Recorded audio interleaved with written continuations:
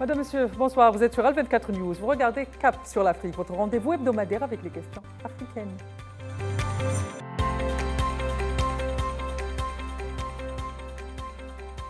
Walter Rodney, historien panafricain révolutionnaire, il a consacré sa vie à l'émancipation des peuples africains et afrodescendants. Parler de Rodney, ce n'est pas simple. Transcrire sa pensée demande de l'exigence. Dépeindre l'homme sans tomber dans les pièges des lectures historiques préétablies quand on parle des hommes de sa hauteur. L'histoire, toute une histoire pour Rodney. Il a refusé de la subir, ou plus exactement, il refuse qu'on la subisse comme une fatalité où l'on raconte les victoires des dominants sur les dominés. Il fait partie de ces penseurs qui rejettent la complaisance des élites, qui refusent de sacrifier les droits fondamentaux des masses populaires sur l'autel du pouvoir, du confort ou de la reconnaissance académique. Rodney pense depuis le terrain, depuis les marches, depuis les luttes concrètes. Un brin trop radical peut-être, mais jamais hors sol. Il ne parle pas pour séduire, il parle pour armer. Sa parole ne flatte pas, elle dérange, elle réveille, elle éveille, elle éclaire les rouages du système colonial et néocolonial, avec la rigueur du chercheur et l'urgence du militant. Revenir sur sa vie, c'est interroger les rapports de la domination, mais c'est aussi interroger les rapports des peuples à leur histoire, à son écriture, à sa transmission. Madame, Monsieur, pour ce cycle de Cap sur l'Afrique qui revient sur les grandes figures du panafricanisme, je vous propose d'aller à la rencontre de cet intellectuel insurgé, Walter Rodney. Installez-vous confortablement, on revient dans un court instant.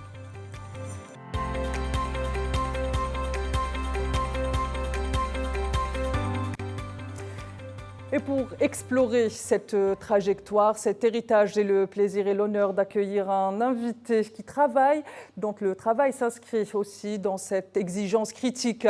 Historien, spécialiste des pensées décoloniales et des mouvements panafricains, il interroge les rapports entre le savoir, pouvoir et lutte sociale et à travers le temps. Hamzat Boukhari, bonsoir, merci d'être avec nous. Bonsoir, merci beaucoup pour l'invitation. C'est toujours un plaisir et un honneur de vous recevoir, Hamzat Boukhari. Alors, Hamzat Boukhari, avant d'entamer cette émission, ou cette discussion, ou cet entretien avec vous, il me semble pertinent, il me semble important de revenir aussi sur votre trajectoire, sur votre parcours pour comprendre Rodney. Je sais que vous avez l'habitude d'être ici avec nous, mais on n'a jamais pris le temps de vous présenter à nos téléspectateurs qui ne vous connaissent pas. Est-ce que vous pouvez vous présenter, Hamzat Boukhari, s'il vous plaît? Oui, très rapidement, je suis né au Bénin, d'une mère martiniquaise. J'ai grandi au Bénin, puis j'ai fait des études, notamment d'histoire, un doctorat d'histoire que j'ai consacré à la figure de Walter Rodney. Je suis également président d'une organisation, la Ligue panafricaine Moudja. Donc je dis vraiment dès le départ la question de la recherche avec la question de la pratique, la théorie avec la pratique. Et je suis de ceux qui, aujourd'hui, tentent effectivement de mettre en avant cet idéal des États-Unis d'Afrique, cet idéal panafricain, à la fois du point de vue de la recherche scientifique et historique, mais également du point de vue, je dirais, du militantisme, dans le sens noble du terme, dont nous avons besoin aujourd'hui pour répondre aux attentes de notre jeunesse, qui veut effectivement une Afrique unie du nord au sud, de l'est à l'ouest, est capable de défendre ses intérêts partout à travers le monde. Très bien, Hamzat Boukhari, on continue aujourd'hui. On va consacrer un petit moment de cette émission pour mieux vous comprendre. Je le disais, il est très important aujourd'hui de revenir sur cet héritage de Rodney, sur les porteurs de cet héritage pour comprendre aussi sa pensée. Est-ce que vous pouvez aussi nous rappeler les terrains sur lesquels vous faites de la recherche, votre trajectoire personnelle ou intellectuelle vous a amené à croiser finalement la pensée de Walter Rodney? Oui, alors tout d'abord, je voudrais quand même vous remercier parce que je crois que c'est la première fois qu'on parle de Walter Rodney sur une chaîne ou un média nord-africain. Et donc, c'est extrêmement important que cette partie du monde puisse également comprendre la trajectoire de Rodney, qui est né en Guyana, qui est un pays d'Amérique du Sud, ancienne colonie britannique, qui a étudié en Jamaïque, qui a étudié ensuite en Angleterre, avant de venir enseigner en Tanzanie, puis de repartir en Jamaïque et de revenir en Tanzanie. Donc j'ai été dans les différents pays dans lesquels il a vécu et travaillé sur ses traces pour essayer de comprendre les contextes dans lesquels il a lui-même évolué et de voir quels sont les héritages de sa pensée politique et scientifique et en même temps de comprendre quels sont les enjeux qu'il a, je dirais, ouverts à travers ses travaux de recherche et de militantisme. Très bien. Zat Boukhari, est-ce que vous vous souvenez de la première fois où vous êtes allé à la rencontre de Walter Rodney? Est-ce qu'il a été question d'un texte, d'un discours? Est-ce que c'était un livre? Et surtout, comment est-ce qu'aujourd'hui, son engagement historique que vous portez si bien aujourd'hui a influencé votre trajectoire intellectuelle? Alors, la première fois que j'ai entendu parler de Walter Rodney, c'était en Angleterre. Je travaillais à l'époque sur un mouvement jamaïcain, le mouvement Rastafari, et plus généralement sur la communauté caribéenne de Londres. Et on m'a parlé d'un ouvrage écrit par un historien qui s'intitule Groundings with My Brothers, qui raconte un peu l'histoire de l'Afrique sous un angle révolutionnaire. Et j'ai lu le livre. J'ai constaté que rien n'existait sur Rodney dans les pays dits francophones. Et donc, j'ai décidé de réaliser ma thèse de doctorat sur lui. Donc, à l'époque, on était en 2005-2006. C'est à cette époque-là, d'ailleurs, que les archives privées de Walter Rodney ont été données à une université aux États-Unis, l'université Clark d'Atlanta. Et donc, j'ai eu l'occasion d'être l'un des tout premiers chercheurs à travailler sur les archives privées de Walter Rodney, à rencontrer également sa veuve et ses enfants, ses 2 filles notamment, qui m'ont convaincu de la nécessité de faire un travail plus conséquent sur Walter Rodney, qui est totalement méconnu dans le monde dit francophone, mais qui, dans les milieux anglophones, noirs américains, antillais, est beaucoup plus connu. Et donc, il me semblait important de corriger, je dirais, cette inégalité. Et donc, j'ai commencé par lire les différents ouvrages de Walter Rodney lui-même. Donc, la thèse de doctorat qu'il avait faite, qui était consacrée à la traite négrière au niveau de la Guinée et de la Gambie d'aujourd'hui. Puis également son ouvrage le plus important, qui s'intitule « Comment l'Europe se développa d'Afrique ». Il y a un certain nombre de textes et d'articles que lui-même a écrits, qui montrent vraiment sa qualité d'historien professionnel. Et au fur et à mesure que je découvrais l'œuvre intellectuelle de Rodney, j'étais confronté à l'engagement qu'il a eu dans les années 60-70 avec un certain nombre de mouvements de libération qui s'inscrivaient un peu dans la continuité des Frantz Fanon, des Malcolm X et de beaucoup d'autres personnages de cette époque-là. Et donc c'est un peu comme ça que j'ai compris que Rodney méritait vraiment une mise en lumière.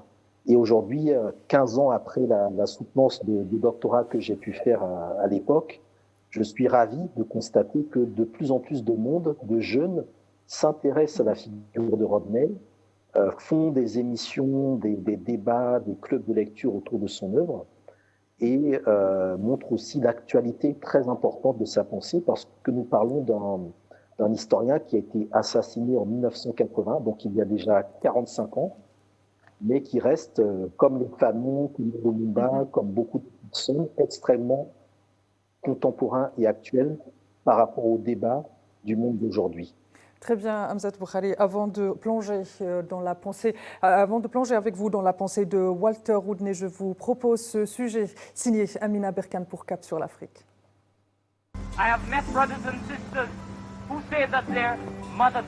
C'était une voix calme avec des mots tranchants, regard tourné vers les peuples. Walter Rodney, c'est d'abord une silhouette droite, celle d'un homme qui croyait que l'histoire devait se mettre au service des opprimés. Né en 1942 en Guyane britannique, il grandit dans un monde colonial, structuré par l'injustice. Très tôt, il comprend que l'histoire qu'on lui a enseignée n'est pas la sienne. Formé à l'Université des Indes occidentales, puis à Londres, il devient historien. Mais pas de ceux qui se contentent d'écrire pour les bibliothèques. Rodney écrit pour celles et ceux qu'on empêche de lire, de comprendre, de décider. Son engagement l'a mené en Tanzanie, puis en Jamaïque où il a enseigné à l'université. Trop engagé, trop radical, il est interdit d'entrer en 1968. Ce sera l'étincelle. Les Rodney Riots éclatent à Kingston. Il devient une figure centrale des luttes noires de la diaspora à l'Afrique continentale. En 1972, il publie « How Europe Underdeveloped Africa », un livre coup de poing qui démontre pièce par pièce le mythe d'une Afrique restée en arrière. Rodney prouve que l'Afrique a été méthodiquement empêchée de se développer. C'est un cri, mais aussi un outil. Walter Rodney, c'était une pensée en action, un intellectuel qui ne séparait jamais le savoir de la rue, la théorie de la vie.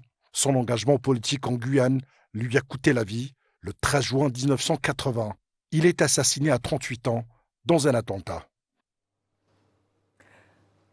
Très chers téléspectateurs, bienvenue sur le plateau de Cap sur l'Afrique. Hamzat Boukhari, je rappelle, et vous le disiez à l'instant, vous avez consacré une thèse, vous avez consacré aussi le premier travail en langue française à Walter Rodney. Vous le disiez à l'instant, on trouve très peu de sources aujourd'hui ou d'archives de Walter Rodney qui sont en langue française ou accessibles, même si vous l'avez aussi là précisé qu'il y a une demande à cet héritage de la part des jeunes africains et même les journalistes, toutes les personnes qui s'intéressent au panafricanisme, etc., consultent votre travail justement sur Walter Rodney. À présent, je vais vous demander de nous présenter Walter Rodney. Finalement, qui est Walter Rodney? Et surtout, est-ce que vous pouvez revenir sur son assassinat en 1982?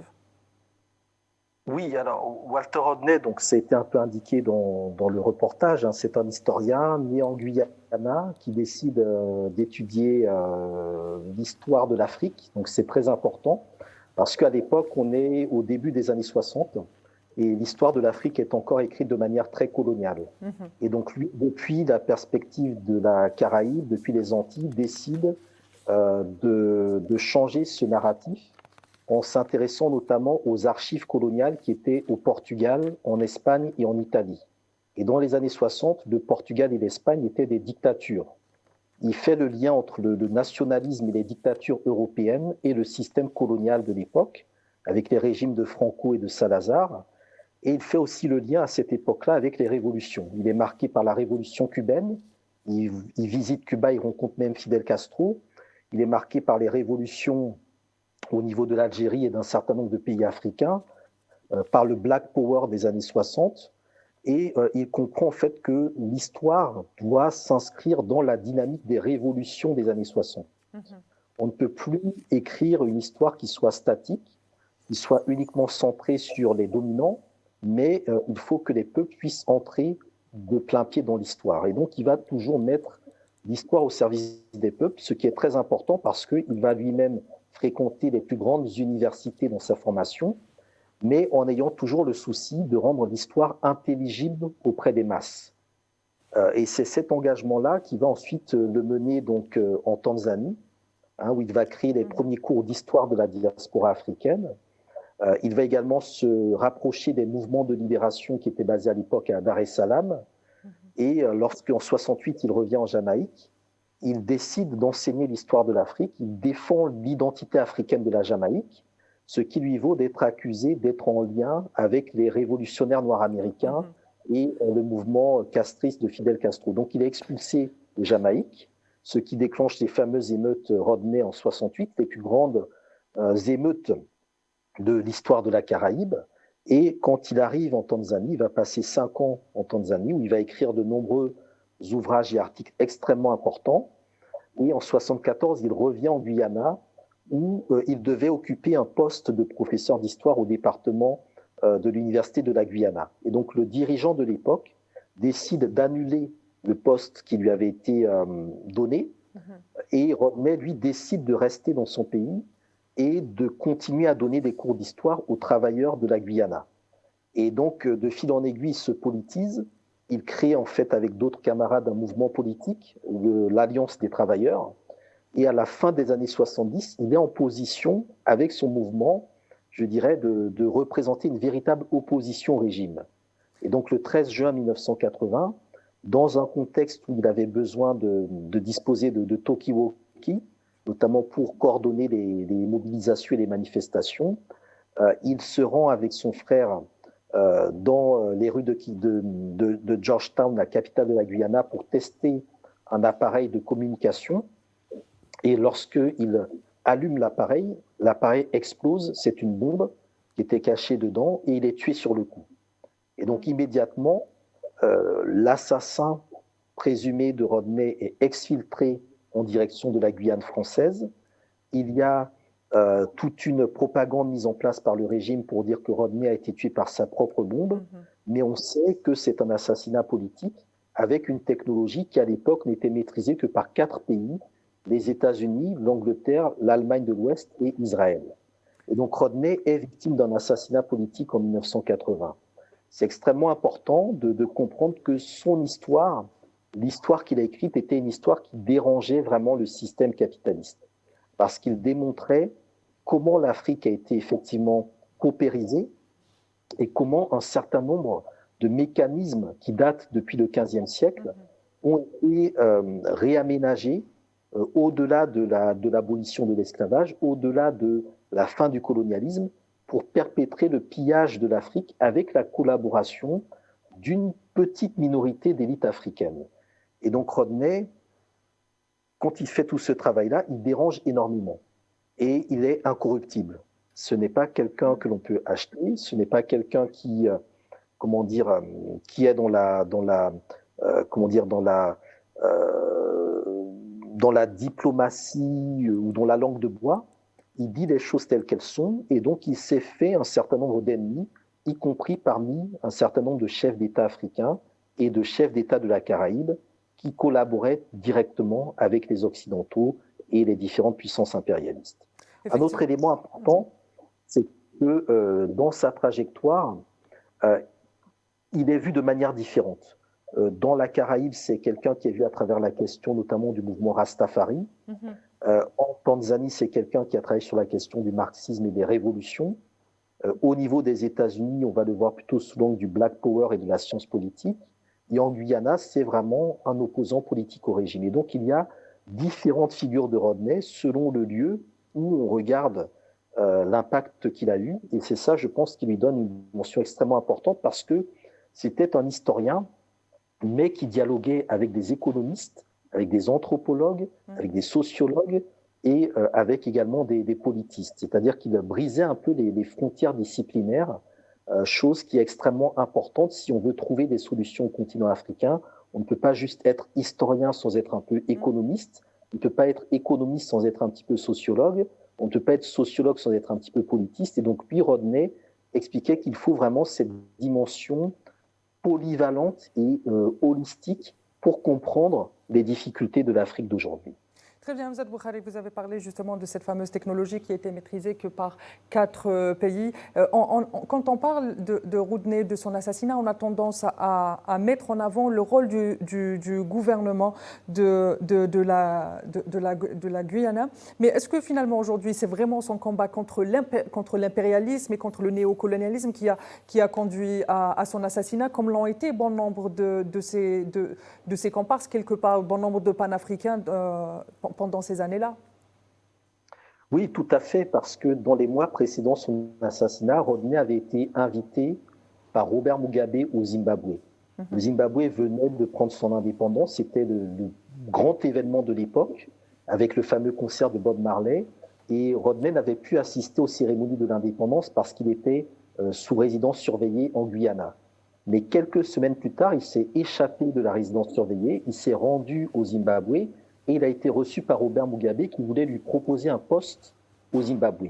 Rodney a refusé, mais ce qu'il faut bien comprendre, c'est qu'il était l'historien de tous les mouvements révolutionnaires d'Afrique, de la Caraïbe et je dirais même d'Amérique du Sud, voire même du monde entier. Il avait une aura, il avait une visibilité extrêmement importante et l'histoire qu'il développait était fondamentalement anti-impérialiste. Donc elle gênait évidemment les pays qui étaient impérialistes ou qui collaboraient avec ce système-là. Donc, il a été clairement assassiné par ces forces réactionnaires, conservatrices et impérialistes, dans un contexte où, au niveau de la Guyana, il pouvait représenter une véritable alternative à un régime qui se disait socialiste, mais qui, de fait, ne l'était pas réellement. Et c'est ça, je pense, qui dérangeait beaucoup, c'est que Rodney démasquait les supercheries. Il a écrit un article en 1974 dans lequel il s'attaque à des dirigeants africains dont il cite les noms de manière très précise, dont il dénonce en fait l'usurpation du panafricanisme, dont il dénonce également le suprémacisme du point de vue de l'utilisation de la négritude. Et toute cette approche, je pense, dérangeait énormément de dirigeants africains qui, pour certains, ont tenté de l'acheter en lui proposant des postes, ou ont tenté, je dirais également, de l'intimider par différents moyens. Mais Rodney, je pense, était quelqu'un qui Et ça aussi, c'est un des défauts qui lui a été reproché. C'est quelqu'un qui croyait fondamentalement en la possibilité de changer les choses sans penser que le système d'en face était aussi impitoyable au point de l'assassiner.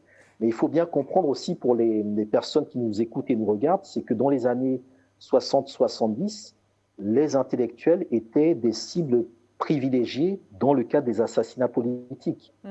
Des historiens, des économistes, des gens qui réfléchissaient un peu comme aujourd'hui des ingénieurs, sont des cibles des impérialistes quand ils veulent empêcher les pays du Sud de se développer. Ils vont viser les cerveaux, les gens qui produisent, les gens qui ont une capacité à faire la différence pour soit les corrompre et les acheter, soit les éliminer physiquement. Et ça aussi, c'est un élément très important à avoir à l'esprit. On peut être une menace pour le système rien qu'en étant quelqu'un qui est un intellectuel et qui travaille son histoire. Un dernier élément, c'est que Rodney, quand il écrivait des textes et qu'il était payé, moi j'ai des archives où il dit très clairement « je veux que l'argent qui me revient soit utilisé pour acheter des munitions et des armes pour les mouvements de libération ». Donc c'est aussi quelqu'un qui, à travers les revenus de son activité intellectuelle, finançait très clairement les mouvements de libération armés. Et ça aussi, ça montre le lien entre l'intellectuel, entre guillemets, de terrain et le révolutionnaire. Ce qui lui a qualifié, je rappelle ce qui lui a qualifié le surnom d'insurgé, d'intellectuel insurgé ou encore d'historien radical. Hamzat Boukhari, avant de conclure la première partie de cette émission, aujourd'hui, vous qui connaissez justement bien les mouvements panafricains, vous qui avez consacré un ouvrage à Kwame Nkrumah, qui connaissait très bien Frantz Fanon, qui avait consacré aussi un ouvrage à Walter Rodney au Mali, au Niger, et vous connaissez bien l'histoire de l'Afrique et du panafricanisme. Comment vous pouvez résumer, ou quelle est la comparaison n'est pas raison, mais quelle est la spécificité de Walter Rodney quand on le met dans le bain de l'ensemble des panafricains qu'on connaît? La spécificité de Walter Rodney, c'est qu'il a très clairement identifié le système capitaliste comme étant l'ennemi systémique le plus important des peuples africains et de leur émancipation. Voilà, c'est ce système capitaliste-là qui a produit le racisme, qui a produit le colonialisme et qu'il faut aujourd'hui démanteler de fond en comble. Si on se libère du racisme et du colonialisme sans toucher, je dirais, à l'appareil économique qui produit le racisme et le colonialisme, on n'en est pas débarrassé. Et donc la question du capitalisme, elle est vraiment au cœur de sa réflexion. Il a également, je dirais, décolonisé le marxisme en montrant que cette science qu'on disait universelle n'est pas si universelle que ça, parce que dans le contexte africain, la question de la lutte des classes ne se pose pas de la même manière que dans le contexte eurocentré et occidental. Et le troisième élément, c'est qu'il a vraiment montré l'importance de s'intéresser aux luttes populaires. Ce n'est pas quelqu'un qui faisait l'histoire des rois et des reines, des puissants, mais vraiment l'histoire des peuples en montrant que lorsqu'une société est acéphale, c'est-à-dire qu'elle n'a pas de chef, elle est plus difficile à corrompre que les sociétés qui ont des chefs, où il suffit de corrompre le chef pour que le reste de la société suive. Très bien, Hamzat Boukhari. Donc, en résumé, lors de cette première partie, nous avons présenté Walter Rodney, l'essentiel de sa pensée, mais aussi son parcours à travers d'abord de la Guyana, ensuite en Tanzanie, mais aussi en Jamaïque. Très chers téléspectateurs, je vous donne rendez-vous tout de suite après cette petite page publicitaire.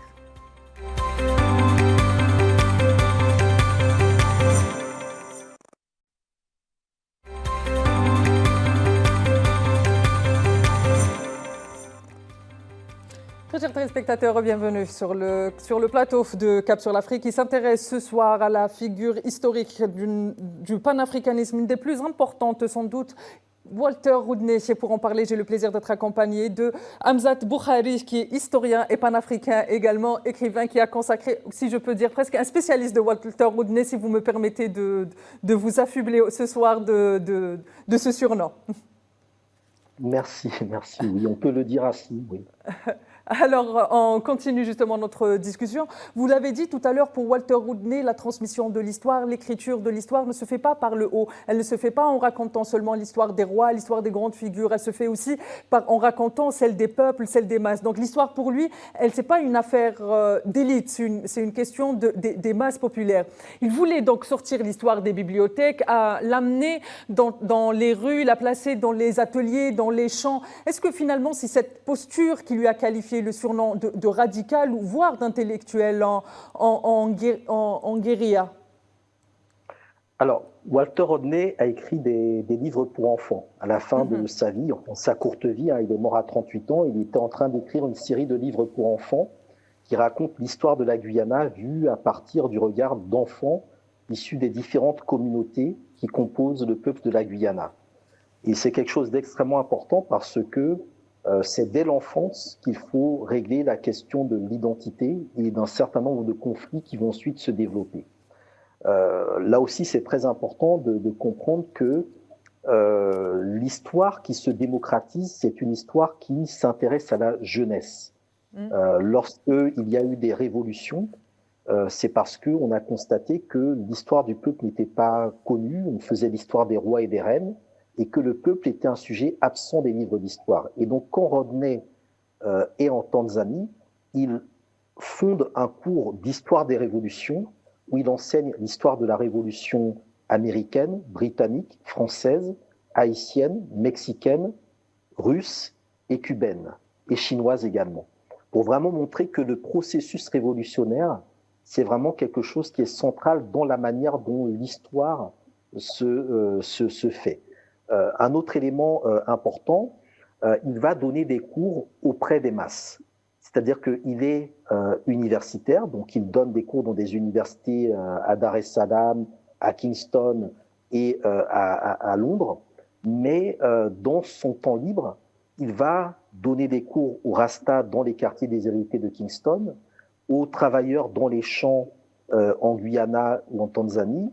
Et donc, il raconte aux travailleurs l'histoire de leur propre exploitation pour qu'ils comprennent les enjeux économiques dans lesquels ils se trouvent quand ils produisent de la bauxite, du sucre, du clou de girofle ou d'autres produits inscrits dans l'histoire coloniale. Et donc, il donne une conscience historique aux travailleurs, il donne une conscience historique au peuple et il produit ce qu'on appelle de la masse critique.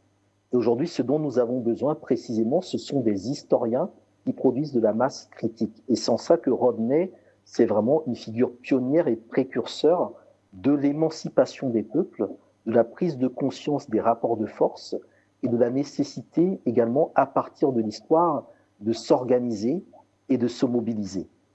Un autre élément important dans le cas de Rodney, c'est que quand il est en Tanzanie, il apprend la langue swahili. Il écrit dans la langue du peuple, la langue swahili. Donc il ne limite pas son travail à une élite qui parlerait les langues coloniales, mais il pose aussi la question de la transmission et de la traduction de son travail auprès des masses, dans la langue des masses, dans une période où le président de la Tanzanie, Julius Nyerere, est l'un des premiers notamment à mettre en avant la nécessité pour les pays africains d'avoir une langue africaine comme langue officielle et comme langue d'enseignement.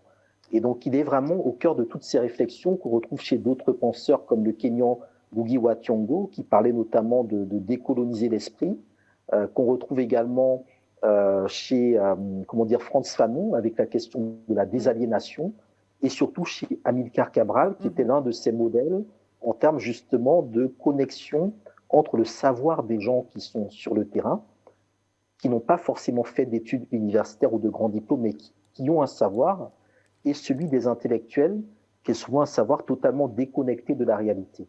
Donc Rodney, lui, a eu, je dirais, cette capacité à lier, on va dire, le savoir de la vendeuse de beignets ou du marchand ambulant de t-shirts avec celui de grandes figures, puisqu'il a fréquenté aussi des ministres, des présidents africains, des révolutionnaires africains, comme en même temps le petit peuple.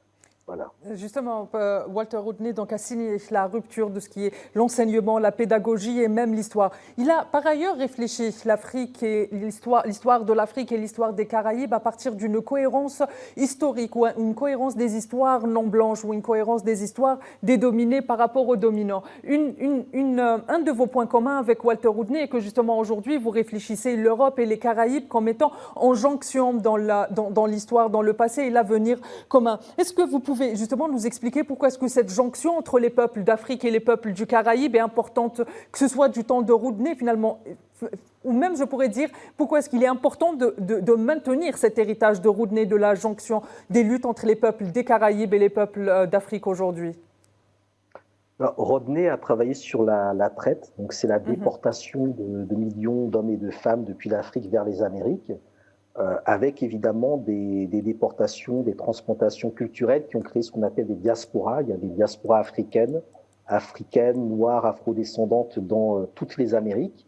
Et Rodney s'est intéressé à leur histoire pour montrer que ces communautés ont gardé en fait un certain nombre de traces africaines, de mémoire africaine, et que leur combat politique doit s'inscrire dans une reconnexion avec l'Afrique, tout en étant en même temps en capacité d'impacter des sociétés américaines dans lesquelles elles se trouvent. Et c'est ça aussi qui fait la spécificité de son panafricanisme. C'est vraiment un panafricanisme de circulation et non un panafricanisme identitaire, racialiste, etc. Ça, c'est le premier élément. Le deuxième élément, c'est que lorsqu'il est en Angleterre, à Londres, il constate que les Jamaïcains sont la communauté la mieux organisée et que tous les Antillais doivent se ranger derrière les Jamaïcains qui représentent en fait l'ensemble des Caribéens. C'est pareil avec les Nigérians, et donc l'importance dans les diasporas d'identifier des communautés suffisamment fortes derrière lesquelles on peut se regrouper pour avoir en fait une identité commune africaine ou caribéenne. Le troisième élément, c'est que Rodney évolue à l'époque du Black Power, donc le mouvement noir américain pour les droits civiques incarné d'un côté par Martin Luther King, de l'autre par Malcolm X. Et lui, en fait, prend conscience du fait que les luttes menées par les Noirs aux États-Unis sont connectées avec les luttes menées sur le continent africain pour la libération du néocolonialisme et de l'impérialisme, et que l'histoire panafricaine doit faire la jonction entre ces différentes luttes. Et donc lui, son travail sera notamment d'ouvrir les premiers cours d'histoire de la diaspora africaine enseignés en Tanzanie, donc en Afrique. Et donc on verra de nombreux Noirs américains, de nombreux Antillais, quitter les États-Unis, quitter la Caraïbe pour venir apprendre leur histoire en Tanzanie. Et c'est quelque chose qui est extrêmement important parce que il facilite, je dirais, la réconciliation, la reconnexion intellectuelle, sociologique et politique entre l'Afrique et sa diaspora à travers l'histoire. Donc c'est vraiment ce travail essentiel pour, je dirais, reconnecter les histoires. Un dernier élément, il le dit, dans les manuels d'histoire, on a effacé l'identité africaine dans les Amériques pour parler des Noirs. Et lui dit, les Noirs, ça ne veut rien dire. Il n'y a aucun pays qui s'appelle le Noiristan, mais il y a un continent qui s'appelle l'Afrique.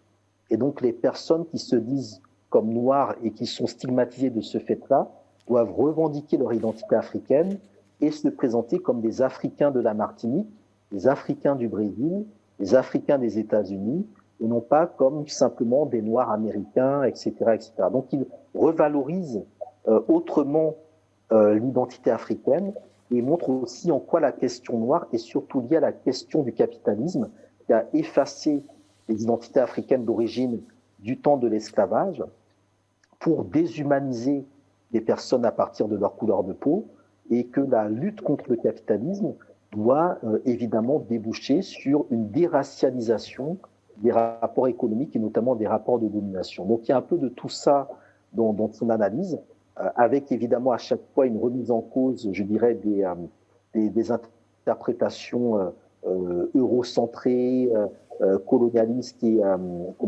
impérialistes, et en même temps une connexion avec la première décennie des indépendances africaines.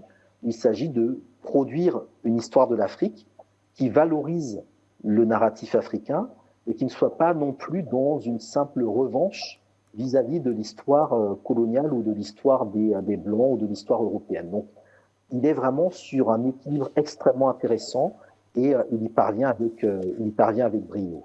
Justement, on va poursuivre sur cet équilibre dont a fait preuve la pensée de Walter Rodney. Dans sa pensée, il fait aussi la jonction, vous l'avez dit tout à l'heure, entre le marxisme et les luttes de libération, mais aussi, et vous le disiez à l'instant, pour lui, la lutte des races et la lutte des classes sont indissociables. Est-ce que vous pouvez justement nous expliquer comment est-ce que ces deux luttes, selon Walter Rodney, sont indissociables quand on prend, par exemple, dans les grosses métropoles aujourd'hui occidentales, c'est souvent les gens qui arrivent du Sud, qui sont les plus appauvris, qui sont et on l'a vu aussi avec la lutte des Black Panthers pour les droits civiques américains.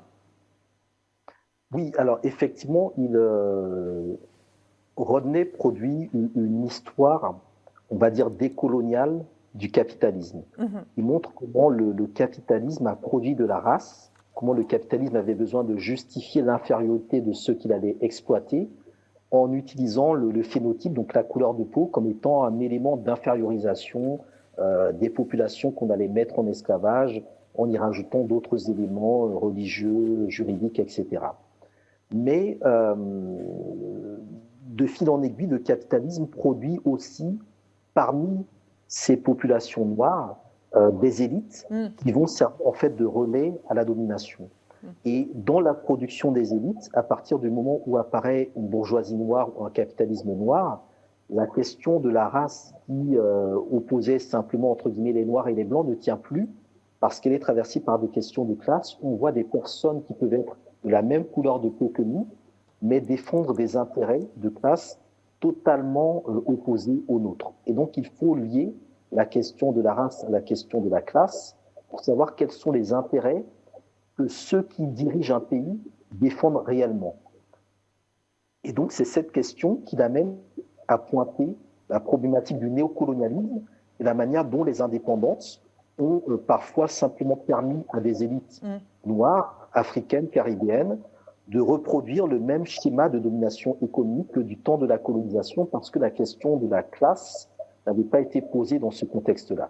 Rodney, c'est quelqu'un qui s'inscrit totalement dans l'idée d'une révolution socialiste, dans une révolution au service des travailleurs, avec l'idée que ce sont les travailleurs qui produisent les richesses, et donc ce sont eux qui doivent décider de la répartition, de la redistribution des richesses. Et donc il s'inscrit dans l'idée d'un panafricanisme, fondé sur la démocratie économique, tel que ça avait été évoqué dès 1945 lors du Congrès panafricain de Manchester, et non pas sur la démocratie libérale en tant que telle, qui repose sur la représentativité via le vote. Pour lui, c'est vraiment la question du partage des richesses et du contrôle de l'appareil de production qui doit se faire. Et dans ce sens-là, par exemple, les nationalisations des sociétés, par exemple privées au moment de l'indépendance, sont vues parfois comme des formes de socialisme parce qu'on nationalise une industrie, mais en réalité, Rodney montre que la nationalisation, c'est aussi le moyen pour une bourgeoisie d'État de se constituer un capital en nationalisant des sociétés et en devenant, l'élite qui contrôle en fait le gâteau national. Et ça aussi rejoint un peu les critiques que faisait Fanon sur l'apparition d'une nouvelle classe sociale qui remplace uniquement le colon sans modifier les rapports de classe et de race sur le fond. Justement, Fanon, on en a parlé sur ce plateau même. On continue avec l'élite africaine aujourd'hui, qui est aujourd'hui de plus en plus inscrite dans cette démarche de bourgeoisie noire ou même nord-africaine, d'une bourgeoisie qui est proche ou qui imite les codes et adopte la posture de l'homme blanc, ses codes sociaux, ses valeurs, etc. Mais pour Rodney, justement, cette posture n'est pas naturelle chez l'Africain, n'est pas de l'ordre de la société traditionnelle africaine qui a été dénaturée par la colonisation et par l'Europe et par l'homme blanc. Il explique aussi notamment par la domination commerciale. Aujourd'hui, si on revient à cette élite africaine, qu'est-ce que ça nous indique sur les rapports de l'Afrique au nord ou dans un moyen plus large? Qu'est-ce que ça nous indique sur le sud et de ses rapports avec le nord? Alors, dans comment l'Europe se développe à l'Afrique, il montre qu'il y a quelques points précis sur lesquels tout s'est joué. Il y a la question de l'éducation. À partir du moment où les sociétés africaines ont perdu le contrôle de leur système éducatif, elles ont perdu le contrôle de la production de leurs propres élites ou de la production de ceux qui allaient régler les problèmes qui se posent à la société. Et donc, nous nous sommes retrouvés dans des situations d'extraversion où pour constituer une élite africaine, il faut être, entre guillemets, étranger à son propre peuple. Et donc, il y a une extraversion intellectuelle que Rodney dénonce dans la manière dont le système éducatif africain a été détourné pendant la colonisation, qui n'a pas duré très longtemps. La colonisation a duré à peu près autour d'un siècle, un siècle et demi dans les cas les plus longs, mais suffisamment pour, je dirais, impacter l'Afrique avec des divisions linguistiques. On parle d'Afrique anglophone, francophone, lusophone, alors qu'on ne parle pas d'une Asie anglophone, néerlandophone, etc. Alors, Hamzat Boukhari, c'est très important justement de revenir sur ce point de l'éducation, mais aussi de cette absence de formation de nouvelles élites et des rapports de l'Afrique avec l'Europe ou l'Occident de façon globale. Oui, alors dans Comment l'Europe ne veut pas l'Afrique, Walter Rodney montre parfaitement comment la question de la perte du système éducatif a été défavorable aux sociétés, aux pays africains, parce qu'ils ont perdu le contrôle de production de leur propre élite, qui est devenue extravertie. Donc aujourd'hui, pour constituer une élite dans les pays africains, il faut être quasiment étranger à sa propre société. On le voit notamment dans le milieu linguistique. Il y a un autre élément important qui le pointe, c'est la question de la technologie, la manière dont le développement technologique de l'Afrique a été arrêté par la traite et la colonisation. Et quand vous bloquez la technologie, c'est d'une certaine manière le génie, la capacité d'invention, d'innovation qui est bloquée. Et aujourd'hui, en 2025, c'est tous ces éléments-là qui sont en train de revenir sur le devant de la scène à travers le boom démographique du continent africain, à travers une jeunesse qui veut créer, qui veut innover, qui veut connaître son histoire, qui veut s'éduquer différemment. Et c'est pour ça que dans les années 60-70, la question des universités était centrale. À l'époque, la plupart des dirigeants africains étaient formés dans des universités africaines. Puis, elles ont été formées à l'extérieur du continent africain. Donc, l'un des enjeux aujourd'hui, c'est de récupérer notre souveraineté intellectuelle, scientifique et linguistique pour identifier des problèmes qui se posent à notre société et trouver ce qu'on appelle des solutions africaines aux problèmes africains. Et c'est en ça que le temps que Rodney a passé à l'université de Dar es Salaam est extrêmement intéressant, parce qu'à l'époque, c'était des intellectuels du monde entier qui allaient enseigner en Afrique. Alors qu'aujourd'hui, dans le narratif, c'est le cerveau qui quitte l'Afrique. Donc il faut renverser, inverser cette question de la fuite des cerveaux, et ramener les cerveaux, notamment africains, vers le continent africain pour répondre aux besoins qui se posent aujourd'hui à l'Afrique. Très bien, Hamzat Boukhari, on ne va pas jouer les situationnistes, mais on va quand même poser la question franchement indirectement. Si aujourd'hui, vous l'avez dit, aujourd'hui il y a un retour vers cet héritage de Walter Rodney au sein de la jeunesse africaine, mais si on s'imaginait que Walter Rodney était encore vivant aujourd'hui en 2025, nous sommes en août 2025, qu'est-ce qu'il nous dirait, lui qui a longtemps parlé ou salué la résilience des peuples, affirmant que les peuples étaient capables de supporter l'horreur? Qu'est-ce qu'il pourrait nous dire de la France-Afrique, des interventions étrangères, de la Palestine, des luttes des peuples aujourd'hui? Rodney, déjà, dès ses époques, a soutenu la cause palestinienne. Il écrit sur la question de la violence révolutionnaire, la question de la résistance à l'impérialisme, du capitalisme. Et je pense qu'aujourd'hui, nous sommes toujours confrontés aux mêmes difficultés. La seule chose, c'est qu'évidemment, s'il n'avait pas été assassiné dans 45 ans, la situation actuelle ne serait pas la même. Nous avons perdu énormément du fait de toutes ces figures qui ont été assassinées à l'âge de 35, 40, 45 ans, qui n'ont pas pu transmettre tout ce qu'ils avaient en termes de potentiel. Donc il est assez difficile de dire comme ça ce que Rodney dirait s'il refaisait surface aujourd'hui, parce que les 45 ans pendant lesquels il n'a plus été actif auraient probablement été constitués par sa présence.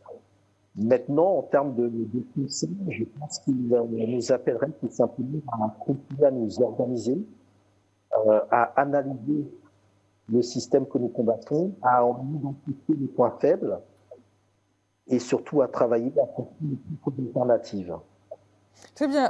Hamzat Boukhari, une dernière question avant de clôturer peut-être cette émission. Roudneh avait une conscience aiguë de l'économie, comme il l'a démontré dans son livre Comment l'Europe a sous-développé l'Afrique. Est-ce que finalement, aujourd'hui, on est dans des formes de prédation économique contemporaine quand on pense au franc CFA, au FMI, à la Banque mondiale ou même peut-être au projet de libre-échange africain, de commerce, je veux dire?